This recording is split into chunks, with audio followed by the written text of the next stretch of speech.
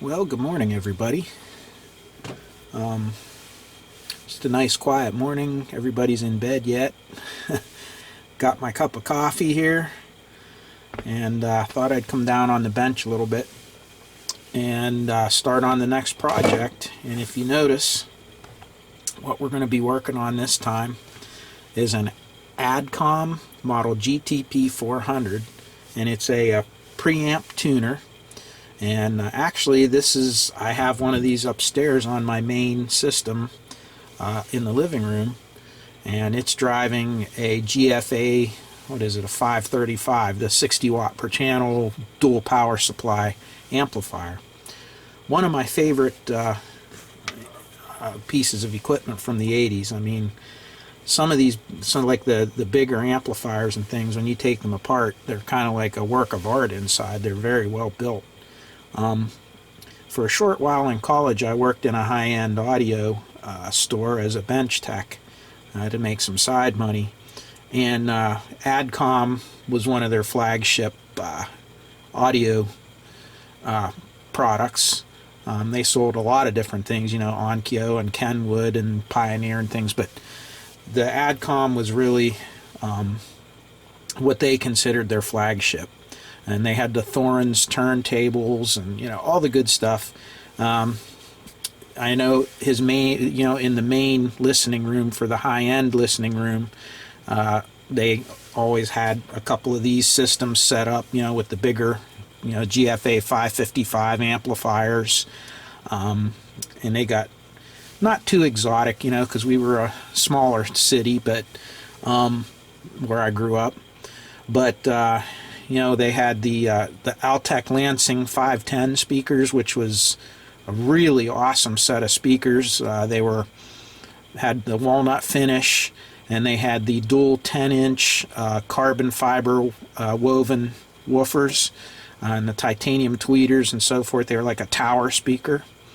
And they also we also carried Dahlquist. I don't know if any of you heard of them, but had the different lines of Dahlquist speakers, and actually the fanciest system they had rigged up there was a really nice Thorns turntable, nice Adcom preamp, a couple of GFA 555s, and some Dahlquist, I think they were DQ12s or bigger. They were a nice set of speakers, and boy, that system sounded really nice. But these were pretty awesome systems in their day, and they still are. I really love the sound, but I will tell you that these preamps are very temperamental. It seems like a large number of these that got out on the market after a while started developing intermittent, a channel would drop out, and that's the problem that this one's having. And actually mine upstairs has that problem. It's very intermittent, and you know how they say the cobbler's kids go barefoot. It's kind of like that with us audio guys too. Preamps needed some service up there for probably a year or two, and just haven't messed with it because it's really not that big of a deal right now. But anyhow, we're going to go through this whole thing. We're going to totally restore it.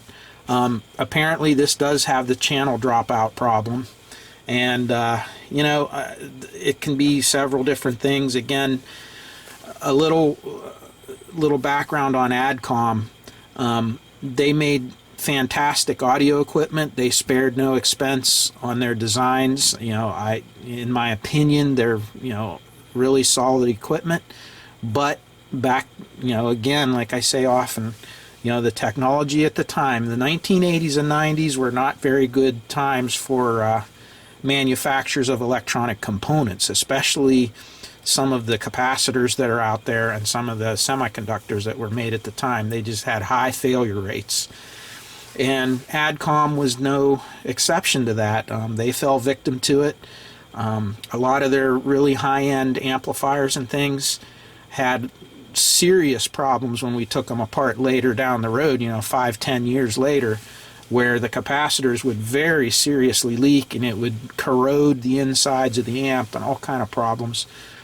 So if you really want to have these for the long haul, do yourself a favor, have a technician, or if you have the capability, do a full recap, get the old capacitors out of these things, clean them really well, use the deoxit on the controls, because they really do get tarnished and they shrink down and they go intermittent.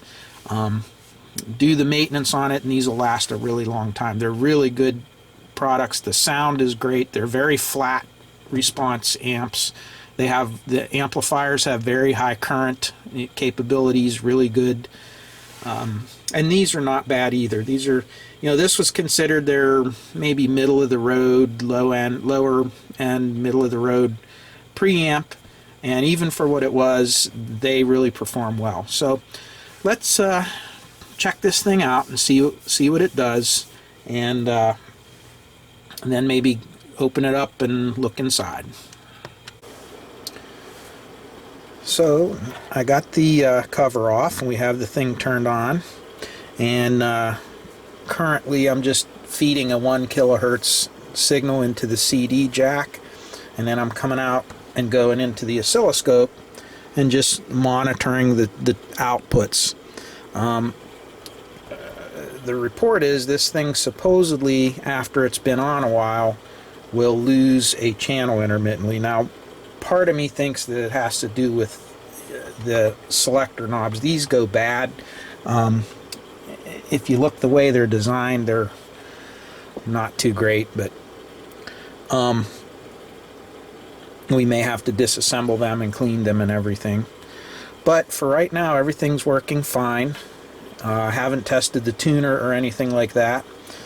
You can see, I mean, there's a zillion capacitors in this thing.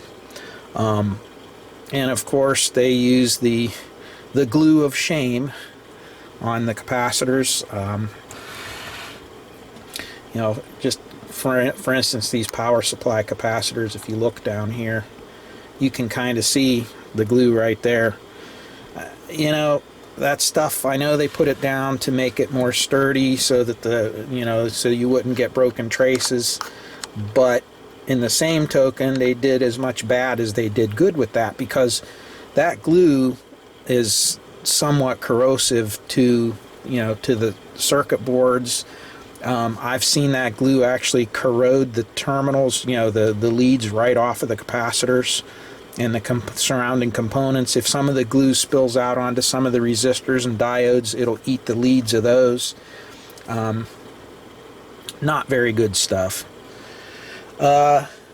This thing looks extraordinarily clean inside, and I'm not sure what we're going to see. It's just going to have to sit here and run for a while, so it'll be like watching paint peel. So what I'm going to do for now is I just want to see it in its failed state. So we just put our 1 kilohertz tone on both channels. I turned the volume up until I got a respectable output on the scope, and I'm just going to sit here however long it takes and let it run and see if it in fact does shut down. Okay, if we lose a channel or whatever. I'm also going to then go through and check and make sure the power supply is good and all that. Whether this needs a recap or not, I'm not sure. This thing was made in the 1980s. Sometimes they, I know on some of the older machines, some of the bigger, like the amplifiers, the main power capacitors on those had some serious problems, especially on like the GFA 555s. This I'm not sure. It's a lot less demanding. There's no heavy current or anything like that. We'll just check the performance of it. If it's good, we'll leave it alone. I may may do the power supply ones and leave the signal path ones in place, because I doubt none of them look leaky or bad or dried out or anything like that. So we'll just see what happens. But in the meantime, let's just wait and see if it fails. I have the volume and everything adjusted so that I know, where this is. We'll see if there's any dropout, and we'll be back. So this thing's only been running about 10 or 15 minutes now, and I already see this channel here was shrinking and going back up, and watch this. Oh, now it's not going to do is make a liar out of me. There it goes. See it? And see how it's dropping out? I'll show you what I'm doing. Once again, here's your two selector knobs, and all I'm doing is just this. There, now I'm losing the channel. So once again, it's these knobs. It's always these knobs. They fail so often, and I'll show you why. If we look down inside here, you can actually see inside of them. And as you turn this, I don't know if you can see how it's moving forward and backward? I'm rotating it. So there's like a worm gear in here when you turn this knob. And as you rotate the knob, the contacts of the selector switch go across this way, and that little plastic piece at the very bottom slides back and forth to select the different inputs. And they're just lousy switches. I mean, I don't know what else to say. Every one of them I've ever seen has done this, including mine upstairs. Like I said, it's doing this. Now, sometimes if you can get in there correctly, you get in there good enough, you can shoot some deoxit down in there. It will clean the tarnish a little bit, and it will also revitalize the fiber, you know, the phenolic base that this thing's made out of, to kind of swell it back up. It kind of shrinks as it dries out, and sometimes that's all it needs, and everything will be fine again. But other times, even that doesn't fix it. You can try to take the whole board assembly out and everything, and you can very carefully disassemble that, but if you do, you may not get it back together. There's little pieces that can fall out and things that can go bad, but it is possible to clean those. So that's, again, there's your problem. And I doubt that there's anything else wrong with this. I'm sure that probably everything else is good. Obviously, I will go through the alignment of the tuner, but I'm expecting that to be pretty good too. They don't drift on this, and it's kind of a unique way that they have you align the tuner. Everything's based on just measuring voltages at different test points while you're injecting certain signals. It's kind of cool. You can see it's a pretty nice tuner. If you look, you have 1, 2, 3, 4 ceramic filters in there. It's all digital, all phase lock loop. There's no tuning capacitors or anything like that. And as you can tell, there's very few coils even. There's a couple inside here, and there's 1, 2 right there, and 1 in the back, and there's really not much else. A couple little slugs. Very little compared to some of the older analog tuners that we work on this channel. So yeah, I think this thing will be just fine, but we're gonna have to clean those switches again. So not my favorite thing in the world to do, but I kind of suspected that's what it was going to be. So I'm going to keep it running for a while anyways. I want to make sure that that's all that's wrong. And as long as everything's good, we'll clean this up, we'll check the alignment, and this video should be it. That'll be an easy one. Well, good news. I was able to get some deoxit down in those switches and work them real well, and the problem completely disappeared. So this is not a high use unit. The switches are still in really good shape. They just need a little bit of cleaning, and everything's working really well. So let me show you the rig that I have right now. So first of all, we're looking at a signal on the scope, and this is actually again at the output of the preamp that would normally be going into your power amplifier. And this is actually a signal that is coming through the tuner, and I'll show you the rig that I have right now. So basically I'm using the SG-165, and it's in multiplex mode right now, and I basically have my left and right channels, and you can see left and right channels, and my pilot. I'm feeding that multiplex signal. Okay, you can't just feed a multiplex signal directly into the tuner because you have to have a carrier. Okay, and we're not going to get all into that right now, but basically if you look up here, I'm feeding into the external modulation. So basically I am modulating 100 megahertz, okay, carrier signal with a multiplex stereo signal. So you have your pilot, and we talked about this on the multiplex video. So you have your pilot tone of 19 kilohertz, and then you have your subcarriers, which has your right and left signal information, okay, channels. And I'm not going to get into that. Go back and watch the video. It's all explained in there a couple videos back. And I'm at negative 40 dBm, but none of that's going to be real accurate right now because I'm just using a 75 ohm cable because it actually has a 75 ohm input jack back here, so it's just simple. So I'm not really going to measure the sensitivity very accurately. But as you can see, if I come way down here, you can see that we have a stereo signal and we have our full signal right there. It's at 100 megahertz, and if I go over here, I can go over to my multiplex SG165 and I can turn off one channel, and you can see I have really good stereo separation. I can turn off the other channel. So this receiver is really working really well. Again, you know, testing the sensitivity and all that, I can't really tell you that without having the correct cables and you know, making sure that, you know, my dBm is exactly what's coming out of the signal generator, is exactly what's going into the receiver. But anyways, FM stereo, FM multiplex, all of it looks really good on this. And that's just a quick and dirty way to test the whole thing.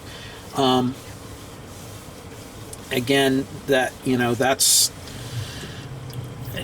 if everything passes the muster on that, you really probably don't need to do an alignment on your tuner, okay? Because when you, like I said in my previous video, when you are feeding a multiplex signal into a tuner like that, where you have stereo data or stereo information, your signal is going to drop simply because you have attenuation when you're separating your right and left channel information. Okay, so you know, it's kind of a reduced signal from a mono carrier signal. So if I'm getting pretty strong signal strength, even with the stereo carrier going on, then I'm fairly confident that the tuner is in pretty good alignment. And you know, if I even go down, there's negative 50 dBm. Again, that's not exactly what's getting through the cable, but close enough. There's negative 60 dBm, and I just lost my stereo signal.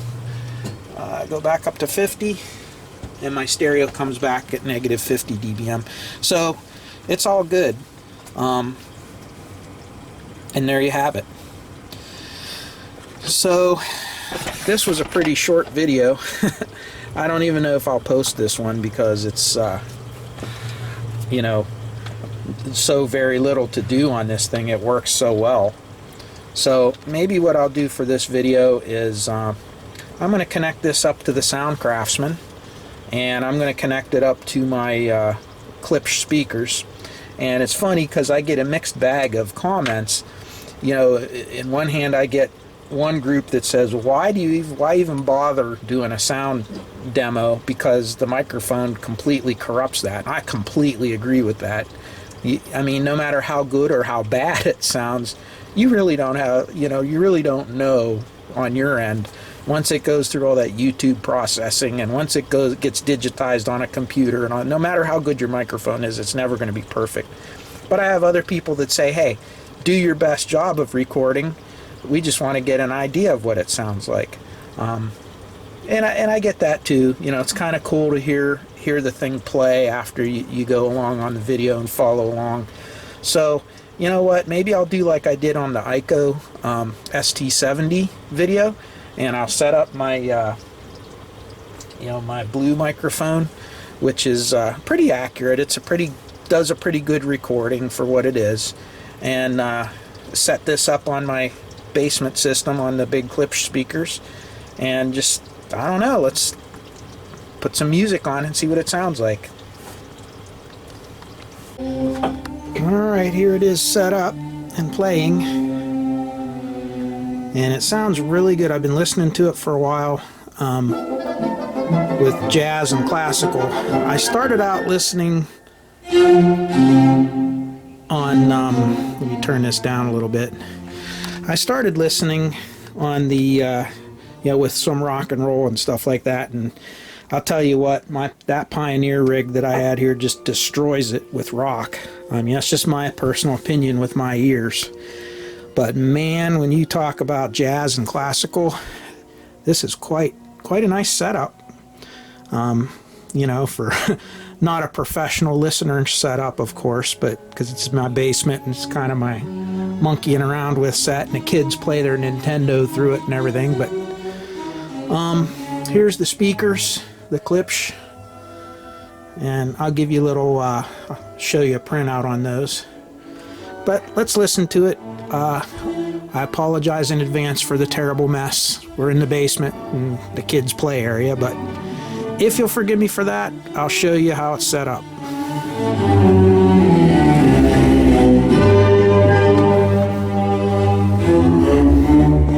You can see.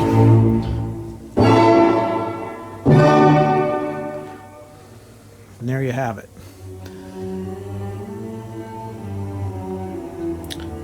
So, a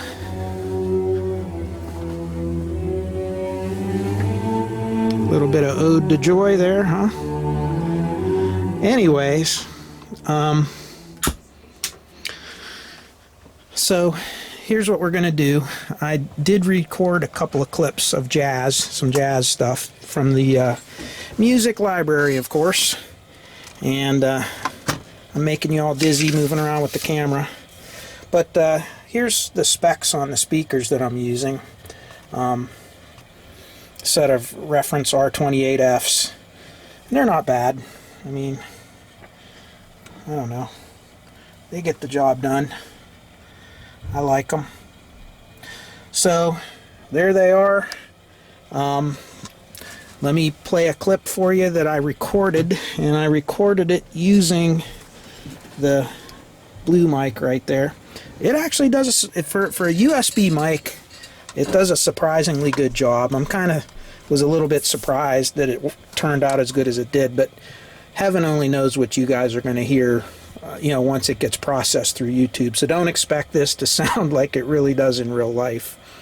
But I know I've had a lot of requests to do another like I did with the ICO, so here it is.